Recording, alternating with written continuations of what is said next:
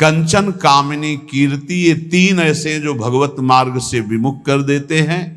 धन्य है वो महापुरुष जो प्रिया प्रीतम का आश्रय लेकर अपना जन्म सार्थक करते हैं। और जो भगवत ऋषि जी कहते हैं भगवत रसिक संग बिनु, जिनको संग मिला है, चाहे वो माता पिता का संग हो, चाहे मित्र का संग हो, चाहे गुरु का संग हो। भगवान ऋषभ देव जी कहते हैं गुरु न सस्यात् स्वजनो न सस्यात् पिता न सस्यात् जननी न सस्यात् दैवम न तस्यान् न पतिश्च सस्यान् न मोचयेद्यः समुपेत्य मृत्युम। भगवान ऋषभ देव जी कहते हैं कि जो हमको इस मायामयी मृत्यु के फांसी से छुड़ा देता है वही गुरु है, नहीं वो गुरु नहीं है।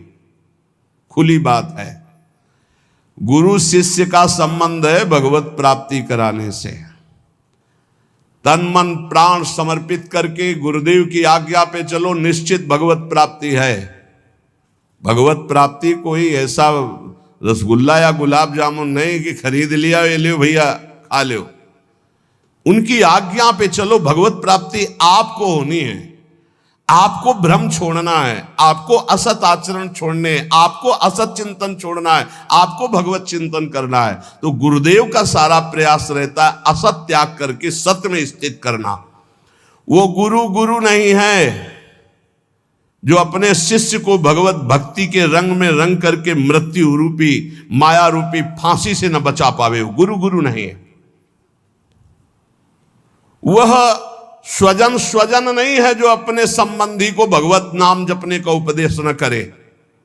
वो पिता नहीं जो अपने पुत्र को भगवत प्राप्ति का उपदेश न करे। वो माता नहीं जो अपने पुत्र को भगवत प्राप्ति का भजन का उपदेश न करे। वो पति नहीं है जो भगवत प्राप्ति का उपदेश न करे, भगवत प्राप्ति का सहयोग न करे। इन सारे संबंधों की एक ही महानता है कि मुझे भजन भगवत प्राप्ति का संयोग बैठा ला जाए और इस जन्म में भगवत प्राप्ति कर ले, चाहे वो गुरु हो, चाहे माता हो, चाहे पिता हो, चाहे मित्र हो। भगवत रसिक जी कहते हैं अगर ऐसा संग नहीं है भगवत प्राप्ति का तो सब माया का नाटक है, हमको नहीं इस माया के नाटक में फंसना। देखो भगवत प्राप्ति कैसे होती है। आपने एक जगह मान लिया कि हम सब बात तो टाल सकते हैं, अपने गुरु की बात नहीं टाल सकते। अब माया आपको नहीं परास्त कर पाएगी। बस सब कुछ तो है, हम बड़े नीच हैं, पतित हैं सब, लेकिन अपने गुरुदेव की बात मैं नहीं टाल सकता। इसके लिए मैं विश्व से विलग हो सकता हूं, शरीर छोड़ सकता हूं, प्राण छोड़ सकता हूं, बस जीत गया। और गुरु की बात ऐसी मानी जाती है। वो कह रहे इस समय दोपहर के 12 बजे, जी बिल्कुल धूप खूब चौड़ी है, मूर्ख बना रहा है, चौड़ी धूप है। 4 बजे नहीं महाराज जी आप कह रहे हो 12 बजे है, नहीं समय तो 4 बजे। हाँ महाराज ब्रह्म मुहूर्त का समय है। बड़ी मुंह चुपड़ी बोलते हो तो महाराज आप बोलोगे दिन तो हम दिन को दिन, आप कहोगे रात तो हमरा, हमको मतलब नहीं दिल है कि रात। आप कह रहे हो दिल है तो हम अपनी आंखों का विश्वास नहीं मानेंगे, हम आपकी बात मानेंगे। तुम्हें जो पसंद वही बात कहेंगे। आप आज्ञा करो, हमारा तन मन प्राण उसी मार्ग में चलेगा जिसकी आपकी आज्ञा है। बस जीत गया। इसी बात का दुरुपयोग होता है, इसी बात का दुरुपयोग होता है। वो गुरु ले जो भगवत प्राप्ति के मार्ग में न चला दे। देखो हम फंसे कहाँ हैं, बस सूक्ष्मता से समझना। भगवत प्राप्ति किसको होती है और भगवत प्राप्ति किसको नहीं होती, बिल्कुल सरलता से हम आपको समझा रहे। केवल अहंकार ही भगवत प्राप्ति में बाधक है और उस अहंकार को गुरुदेव उल्टा सीधा दक्षिण बाएं ऊपर नीचे हर जगह से प्रहार करके चकनाचूर करते हैं, पक्का चकनाचूर करते हैं। अब उसको केवल, आप तो कहते थे कल की ऐसा है, आज आप कह रहे हैं ऐसा। ये प्रश्न नहीं होना चाहिए। खड़े हो जाओ जी, खड़े हो गए, बैठ जाओ। आज के बाद ऐसा कभी नहीं करेंगे। हाँ करें, ये आज ये लाओ ना। महाराज आप तो कह रहे थे कभी ये नहीं खाने। नहीं जी पाओ, कल हमने कहा था नहीं पाना। महाराज जी आपने आज कहा है कि आज पा लीजिए, पा लिए। आज अभी कहो नहीं तो नहीं। ऐसा जीतता है, ये नहीं कि आपने कल कहा था तो आज ऐसे कह, नहीं, वचनम करिष्ये तो में आप जैसा कहे, जीत गया। अहंकार का केवल नाश करने की लीला होती है, अहंकार का नाश। दौड़ो नहीं, खड़े हो जाओ, खड़े, बैठ जाओ, बैठ, जब तक हम ना कहें तब तक ये बैठे रहना, उठ के एक कदम में नहीं जाना, हमें वैसे ही बैठे रहे, क्योंकि केवल बात अहंकार की हो रही है। इस अहंकार का मर्दन केवल गुरु कृपा से होता है। और जब देखते ना कि ये तो अहंकार को संभाले हुए, तब फिर वो दुलार करने लगते हैं। अच्छा, तो ऐसे से बहुत घाटा है, गुरुदेव हमें कभी दुलार ना करें, वो सदैव हमारे ऊपर शासन वृत्ति से रहें, उनको कभी ऐसा ना लगने पावे कि अगर हम तो अवहेलना करके हम चले। ये कभी एक साधक कह रहे थे कि हमें सबसे बड़ा दुख तब होता है जब आप विनय पूर्वक कोई बात हमसे कहते हैं, तब लगता है कि आज तक हमारी ऐसी वृत्ति अभी नहीं हो पाई कि गुरुदेव अपना मानकर हमको तू संबोधन करके बात करें। ऐसे बात वो विनय पूर्वक बात करें, मतलब सम्मान पूर्वक। कहीं मेरे अंदर अहंकार है, कहीं मेरी भूख है। बोले बस ये मुझे पसंद नहीं आता जब आप विनय पूर्वक बात, कि मैं आपसे हाथ जोड़कर प्रार्थना करता हूँ, आप ऐसा, तब लगता है धिक्कार हमारे जीवन को। अभी तक मेरा अहंकार बकाया रह गया है, अभी तक गुरुदेव अपना नहीं माने, अभी तू कह के संबोधन नहीं करे, रे ऐसा करो। अपनापन तो तब हमें लगता जब ये विनय हट जाती। विनय तो पर से होती है, नहीं नहीं, अभी अभी गुरुदेव अपना नहीं मान। ये अहंकार की गलित वृत्ति में आता है भाव। अहंकार बहुत, यही भगवत प्राप्ति, सिर्फ भगवत प्राप्ति में मुख्य है अहंकार, और इसी की गुफा में रहते हैं काम क्रोध लोभ आदि। इसी का नाश होता है गुरु कृपा से। बस गुरु कृपा को समझना है कि वो तत्काल बदल सकते हैं, तत्काल हर तरह से चकनाचूर करके चुप कौन रस बाड़े जा बोली बोई भारी। ये केवल गुरु से ही होता है, ये हमने जीवन में देखा। केवल गुरु, एक जगह यार इतना रख लो, एक जगह इतना रख लो, वो जैसे चाहे वैसे, बिल्कुल एक जगह उनकी आज्ञा पे हो जाओ। अभी अभी अभी ये अहंकार गलित होना, ये केवल गुरु से गलित होता है। हमने अपने जीवन के अनुभव में देखा, केवल गुरु से गलित होता है अहंकार, किसी साधन से नहीं। गुरु गुरु वही है जो मृत्यु की फांसी से मुझे मुक्त करके भगवत साक्षात्कार करा दे। वही माता, वही पिता, वही संबंधी है। ये शरीर दुखमय विषय भोगों की प्राप्ति के लिए नहीं है। नायम देहो देह भाजाम नृलोके कष्टान कामान नरहते विद्भुजाम ये तपो दिव्यम पुत्र कायेन सत्वम शुद्धे दस्मात् ब्रह्म सौख्यम त्वनंतम। हे पुत्रो, इस मर्तलोक में शरीर जो मिला है मरेगा, नष्ट होगा। इसमें बड़े रोग, बड़े दुख आने वाले हैं। ये विषय भोगों के लिए नहीं मिला है। ये विष्ठा भोजी सूकर कुकर आदि को ये सब सुख प्राप्त है सांसारिक। इस शरीर को दिव्य भजन के द्वारा भगवत प्राप्ति कर लो, इसलिए मिला मानव देह। तपस्या के द्वारा अंतःकरण को शुद्ध करो। तपस्या कौन? जो हमारे अंदर काम क्रोध लोभ आ रहे हैं उनको जो हम चुपचाप सह रहे हैं, ये तपस्या है। इस शरीर को तपो दिव्यम पुत्रकायेन सत्वम शुद्धे दस्मात् ब्रह्म सौख्यम त्वनंतम। तपस्या के द्वारा अंतःकरण पवित्र करके भगवत प्राप्ति करो। तपस्या कौन? जो हम 2 बजे से जग रहे हैं, सब आराम से खा पी के सो रहे हैं, आप जग रहे हैं। अब आपका 10 बजे तक दिनचर्या चल रही है, कुछ थोड़ा सा जलपान, फिर भजन साधन, अपना रात दिन लगे हुए, काम क्रोध आदि शत्रु आ रहे हैं, उनकी जलन सह रहे। ये तपस्या है। ये क्या करेगा? अंतःकरण को पवित्र कर देगा। इस शरीर से अनंत भगवदानंद की प्राप्ति होती है, अनंत भगवदानंद की। शास्त्रों ने बताया है, महत्सेवाम द्वारमाहुर विमुक्ते स्तमो द्वारम योषिताम संग संगम। यदि संत महापुरुषों का संग मिल जाए तो मोक्ष का खुला हुआ द्वार है। और यदि कामी पुरुष का संग मिल जाए, कामिनी में आसक्त, नाना प्रकार के भोगों में आसक्त, तो बोले नरक की सर्टिफिकेट है पक्का। संग से ही उत्तम गति होती है, उस संग से ही निम्न गति की प्राप्ति होती है। महत सेवाम तो द्वार माहुर विमुक्ते, संतों की सेवा, संतों का संग, संतों की आज्ञा का पालन तो मोक्ष पदवी, भगवदानंद।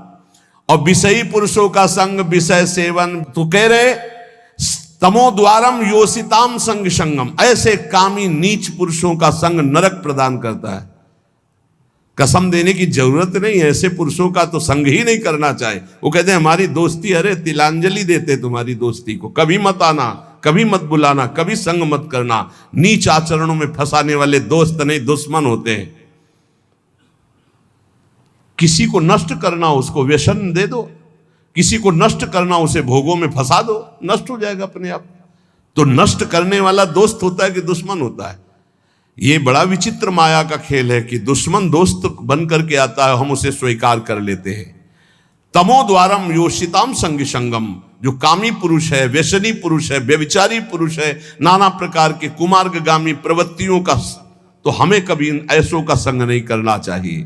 महांतस्ते समचित्ता प्रशांता विमन्यवः सुहृदा साधो ये। अब कहते हैं जिन महापुरुषों का संग मोक्ष का खुला हुआ द्वार है, वो कैसे होते हैं?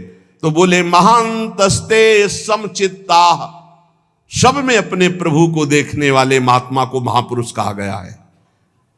वासुदेवा सर्वमिति स महात्मा सुदुर्लभा, सबके हृदय में एकमात्र भगवान विराजमान, समचित्ता और परम शांता, किसी भी द्वंद्व की स्थिति में अशांत न हो। और कह रहे हैं विमन्यवः, किसी भी स्थिति में क्रोध ना आने पावे, क्रोधहीन।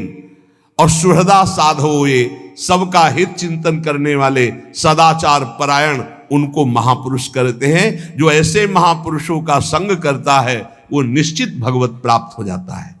अब एक भगवत प्राप्ति का बिल्कुल सरल उपाय बता रहे हैं कि यदि आप जितेंद्री नहीं हैं, बड़े भजनानंदी नहीं हैं, आपका मन भगवान में निरंतर नहीं लगता है, तो तुम्हें हम बता रहे हैं कि तुम्हें भगवत प्राप्ति सहज में हो जाएगी।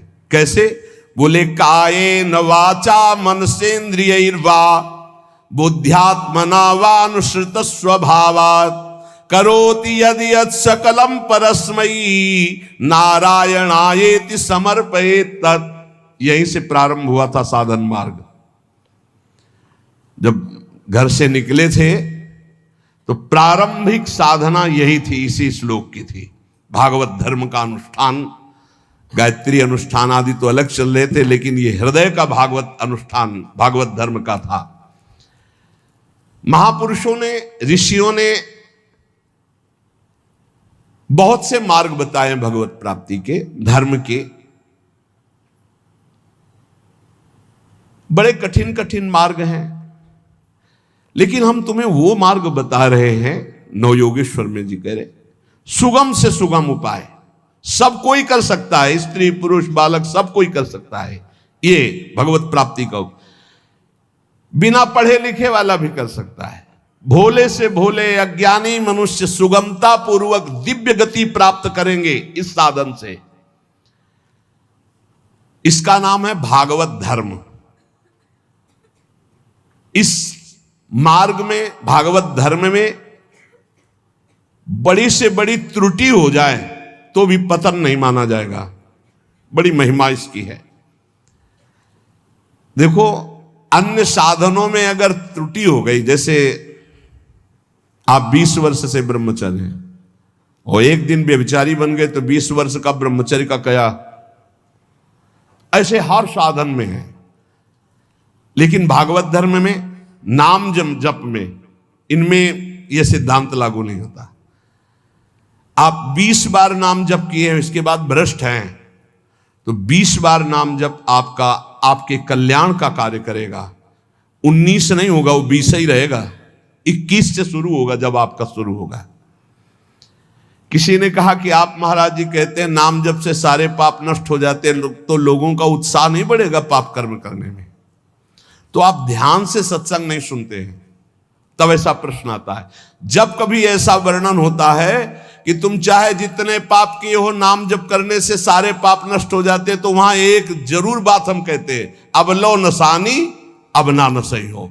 आज तक किया लेकिन हे हरि आज के बाद पाप नहीं करूंगा। तो हम वादा करते हैं, मेरे भगवान के वचन है, अहम त्वाम सर्व पापेभ्यो मोक्षयिष्यामि मा शुचा। और सूक्ष्म रूप से अगर आपने ध्यान से सुना हो कि अगर आज आप कहते हैं कि हे भगवान मैं आपकी शरण में हूं, अब आज से मैं पाप बंद करके आपका नाम जप करूंगा, पक्का आप निष्पाप हो जाएंगे। लेकिन कल फिर पाप जानबूझकर करते हैं तो प्लस हो जाएगा पीछे का। ध्यान से सत्संग सुनोगे तो प्रश्न नहीं उठेगा। क्या नाम जापक का पापोत्साह बढ़ता है? जप करके तो देख, प्रश्न करने की जरूरत नहीं। नाम जप करके देख। हम कहते हैं नाम ही एक ऐसा जो सर्व पाप प्रणाशनम। और देखो ये तो हम कह रहे हैं, लेकिन इतने में से जितने बैठे हो हमें बताना कि एकदम ब्रेक मार के हमें दिखा दो कोई कि आज से भीष्म प्रतिज्ञा है और निर्वाह करके दिखा दो। ये तो कृपालु भगवान है, कह रहे हो, हम भी कह रहे हैं कि आज से हम पाप नहीं करेंगे।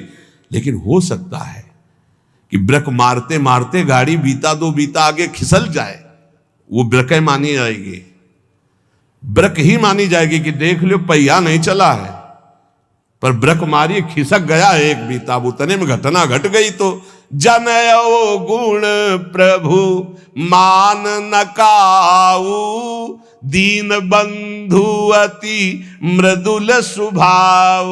अब मन रहा है विषयी पापात्मा, ब्रेक मारते मारते कोई गलती बन गई तो राहत न प्रभु चित चूक किए की, करत सुरत सय बार हिए। ये उसकी बात कह रहे जिसने ब्रेक मारी पर चूक हो गई, ये उसकी नहीं कह रहे जो सुन के चूक करेगा। उसके लिए फिर नाम के बल से अपराध करने वाले को नामापराध लागू हो जाता है उस पर। कानून कानून है। अब ये जो भागवत धर्म का बोले, इसमें किसी भी निमित्त से प्रमाद हो जाए तो वो कर्तव्य से च्युत नहीं होता। जैसे जीटी रोड बड़ा है, खाली है, आंख मूंद के चलो तो गिरोगे नहीं, बहुत प्लेन जीटी रोड। ऐसे ये बिल्कुल जो मार्ग भगवत प्राप्ति का भी बता रहे हैं भागवत धर्म का, बोले इससे आंख बंद करके दौड़ने पर भी कोई गिरेगा नहीं, अर्थात इस मार्ग में पतन है ही नहीं, गिरने का तो कोई सवाल ही नहीं। इसको कहते हैं भागवत धर्म।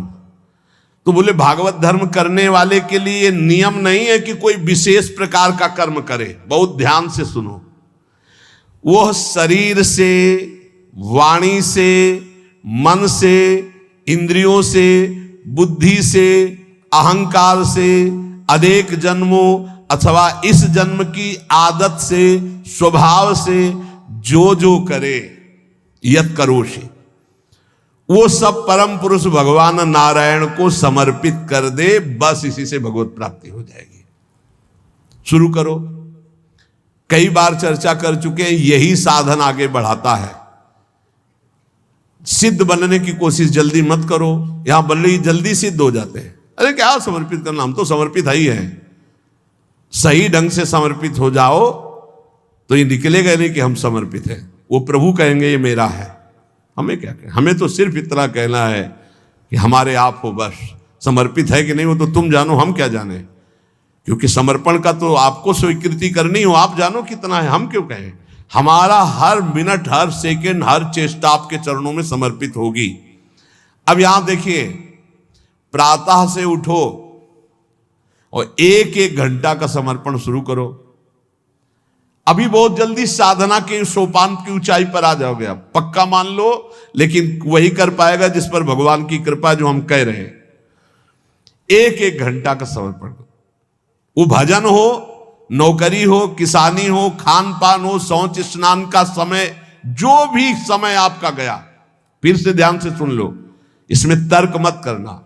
शरीर से, वाणी से, मन से, इंद्रियों से, बुद्धि से, अहंकार से, अनेक जन्मों की आदतों से, एक जन्म, इस जन्म की आदत से, स्वभाव से, अहंकार से जो भी कर्म हो रहे हैं, वो सब परम पुरुष भगवान नारायण को समर्पित कर दो। इसे भागवत धर्म कहते हैं। इसका फल होगा भगवत प्राप्ति। कायेन वाचा मनसेन्द्रियैर्वा बुद्ध्यात्मना वानुसृत स्वभावात् करोति यद यत् सकलम परस्मै नारायणायेति समर्पयेत। ये जब घर से भागे थे और गुरु शरण में हुए थे, तब से अनुष्ठान ये प्रारंभ उसी समय से हो गया था, क्योंकि श्रीमद् भागवत की कृपा बचपन से रही। घर में शाम के रोज भागवत की चर्चा, पर जब वैराग्य भाव में आए तो हमका इसका अनुष्ठान होना चाहिए, ये भागवत धर्म है। और बस ये शुरू कर दिया था, एक एक घंटे का शुरू किया था। जैसे सुबह 7 से 8 बजे तक नाम जप करते हुए शौच स्नान हिसाब का 8 बजे, हे करुणा निधान भगवान, 7 बजे से 8 बजे के समय में जो भी कर्म बनाओ आपके चरणों में समर्पित। ठीक, अब 8 बजे से 9 बजे तक जो, फिर धीरे धीरे, ये हम आपको बिल्कुल अक्षरशः वैसे बता रहे जैसे किया, धीरे धीरे शयन तक। जब शयन से सुबह उठे तो रात्रि में सोने का जितना समय था, 6 घंटे 5 घंटे 4 घंटे, हे प्रभु आपके चरणों में ये भी समर्पित। अब इसका फल ये हुआ कि कुछ समय बाद हमारे अंदर जलन शुरू हुई और जांच होनी शुरू हुई कि हमारे कर्मों में त्रुटि कौन सी है। उन त्रुटियों का समाधान शुरू हुआ। प्रभु से प्रार्थना, हे प्रभु देखो ये गंदी बात थोड़ी आपको समर्पित होती, देखो मेरे मन में गंदी बात चल रही, मेरे मन में ऐसी बात आ रही। कृपा हुई, जांच शुरू हुई, गंदगी निकालने की प्रार्थना हुई। धीरे धीरे धीरे फिर जब मन तन प्राण अहम ये जब समर्पित हो गए तो फिर बंद हो गया। जब घर का जाया हुआ चेहरा हो जाता है ना, उसको फिर वो पेमेंट नहीं है, वो समर्पित है, फिर वो ये सब बंद हो जाता है। इतने से इतने राधा वल्लभ अर्पणम मस्तु, अब कुछ रह ही ले गया तो क्या अर्पणम मस्तु। अब तो राधा वल्लभ जी खुद अर्पणम मस्तु हो गए हैं, तो अब क्या अर्पणम मस्तु, राधा वल्लभ जी अर्पणम मस्तु। अब यही राधा वल्लभ जी का ही राज्य है, तो अब अर्पण क्या करना हो, तो बैठे भी सिंहासन पर। ये सिद्ध, वही हम पहले कही कि सिद्ध ही मत झाड़ो। अगर आपकी स्थिति भगवदाकार नहीं है तो आपको ये साधन बहुत बढ़िया है, बहुत बढ़िया। चतुरासी जी का पाठ किया, राधा वल्लभ जी कर, सेवा की राधा वल्लभ जी कर, रसोई अमन राधा वल्लभ जी, किसानी की 5 घंटे, भूल गए आप 1 घंटे में, एक घंटे में कहां देखें, तो 5-6 घंटे में एक बार पूरा थोक में जमा कर दो। 8 घंटे ड्यूटी की, हे प्रभु 7 बजे से गए थे, देखो 8 घंटा ड्यूटी, ये 8 घंटे के समय में जो भी क्रियाएं चेष्टाएं हुई, नाथ आपको समर्पित है। आप इस समर्पण वृत्ति से प्रसन्न हो जाइए और अपनी शुद्ध भक्ति प्रदान कीजिए। कह रहे ये समर्पण लोगों की मान्यता और धारणाओं से आपको उठाता चला जाएगा, और बताना किसी को नहीं, सुन लो और आज से धारण कर लो, बिल्कुल फ्री है। कोई एक विशेष भागवतिक कार्य समर्पित करना ऐसा नहीं, स्पष्ट लिखा है। भागवत धर्म का पालन करने वाले के लिए यह नियम नहीं है कि वो एक विशेष प्रकार का ही कोई कर्म करे और वो भगवान को समर्पित करे। वह शरीर से, वाणी से, मन से, इंद्रियों से, बुद्धि से, अहंकार से, अनेक जन्मों अथवा एक जन्म के स्वभाव और आदत से जो जो करे वो परम पुरुष प्रभु श्री हरि को समर्पित कर दे। इससे क्या होगा, आप समर्पण करते रहिए, आपकी स्थिति लोगों की मान्यता और धारणाओं से ऊपर हो जाएगी। कह रहे वो दंभ से नहीं, नाटक नहीं, वो स्वयं उसके अंदर ऐसे भाव जागृत हो जाएंगे। एवं व्रता स्वप्रिय नाम कीर्त्या जाता अनुरागो द्रुत चित्त उच्चई हसत्यथो रोदति रोति गायत्युन्मादवन नृत्यति लोक बाह्या। ये समर्पण रंग लाएगा, क्या लाएगा, अब नाम में प्रीति होने लगेगी, राधा राधा राधा। उसको हृदय में अपने प्रीतम के नाम कीर्तन में स्वाद मिलने लगेगा, नाम में प्रीति होने लगेगी। नाम में जो ही प्रीति हुई तो अनुराग उत्पन्न हुआ, अनुराग का अंकुर जब आया तो चित्त द्रवित हो जाता है।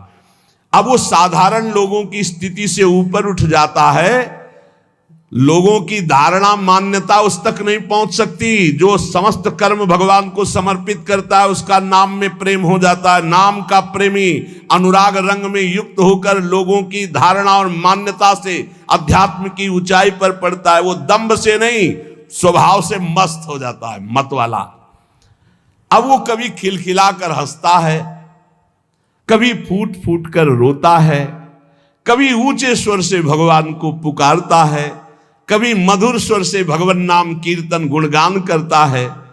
कभी कभी ऐसी स्थिति में सामने उसके भगवान होते हैं तो अपने प्रभु को रिझाने के लिए वो उन्मादवन नृत्यति लोक बाह्य स्थिति, वो उन्मादवत नृत्य करने लगता है। सामने उसको प्रभु दिखाई देते हैं, वो जिधर दृष्टि डालता है उसको भगवान दिखाई देने लगते। ये साधन का फल देखो। खम वायुम अग्निम सलिलम महिम च ज्योतिंष सत्वानि दिशो द्रुमादीन सरित समुद्राश्च हरे शरीरम यत्किंच भूतम प्रणमे दनन्यः। आकाश की तरफ देखता है तो उसे भगवान वायु, अग्नि, जल, पृथ्वी, ग्रह, नक्षत्र, प्राणी, दिशाएं, वृक्ष, वनस्पति, नदी, समुद्र, सब का सब भगवत स्वरूप उसे दिखाई देने, क्योंकि भगवत स्वरूप है। सभी रूपों में अपने आराध्य देव को प्रकट रूप से देखकर, चाहे जल सामने आए तो जल रूप भी भगवान, वायु स्पर्श करे, मेरे भगवान मेरा आलिंगन कर रहे। जिधर दृष्टि जाती भगवान वो अनन्य भाव से भगवत भाव में डूबा हुआ सबको प्रणाम करता है। भक्ति परेशानुभवो विरक्ति रन्यत्र चैष त्रिक एक कालः प्रपद्यमानस्य यथास्नतः स्युस् तुष्टि पुष्टि क्षुदपायोनुघासम। आहा, जैसे भोजन करने वाले को प्रत्येक ग्रास के साथ तुष्टि, पुष्टि, क्षुधा निवृत्ति तीनों एक साथ होते हैं, ऐसे ही एक एक मिनट जो भगवान को समर्पित करता है, नाम जप करता है, उसको भजन के प्रत्येक क्षण का प्रभाव, संसार से वैराग्य, प्रभु में प्रेम और अपने स्वरूप का ज्ञान तीनों एक साथ हो। तुष्टि, पुष्टि, क्षुधा निवृत्ति, संसार से वैराग्य, भगवान में अनुराग, अपने स्वरूप का ज्ञान, तीनों एक साथ बढ़ते चले जाते हैं। एक एक क्षण भगवान को समर्पित करता है, भगवान नाम जप करता है। यही जीवन का सार है। सत्संग का मनन किया जाए, मनन से बहुत जल्दी हृदय पवित्र होता है। रोज जो सत्संग सुनते हो, अगर कई बार इसे सुनो और मनन करो तो बहुत लाभ मिलेगा। सार सत्संग का, जिन प्रभु की तुम शरण में हो, यही अखिल कोटि ब्रह्मांडों के ईश्वरों के भी ईश्वर हैं, कोई अन्य आश्रय लेने की जरूरत नहीं। ऐसे प्रभु हमारी प्रियाजू की प्रेमाधीन है, इसलिए हम सदैव गरजते रहते हैं प्रियाजू के बल से, गोरे चरणारविंद की ठसक से रहते हैं। जिसको ये ठसक प्राप्त करनी है वो एक एक मिनट प्रभु के चरणों में समर्पित कर दे। भूल हो जाए तो जितनी देर भूल हो जाए उस भूल को भी समर्पित कर दे। एक एक क्षण समर्पण करने का फल मिलेगा। प्रभु की नाम में रुचि, प्रभु की लीला कथा में रुचि, इसका फल होगा। आपकी स्थिति अध्यात्म की ऊंचाई पे आ जाएगी। कभी आपको इतना आनंद आएगा कि आप लौटते लौटते हंसते रहेंगे। कभी इतना आएगा कि रुदन आ जाए, कभी नाचने का मन होगा, कभी गाने का, वो एक दिव्य उन्मादमय स्थिति। और कभी ऐसी स्थिति जिधर देखो मेरे प्रभु तो सबको दंडवत कर रहा है, स्त्री हो, पुरुष हो, जड़ हो, चैतन्य हो, पापी हो, पुण्यात्मा हो, सबको नमस्कार, सबको प्रणाम कर रहा है। यही महाभागवत स्थिति भगवान अजित को जीत लेती है। इसलिए निरंतर नाम जप करते हुए अपने चित्त को प्रभु में लगाओ। यही जीवन का परम सार है, इसी में परम सुख है।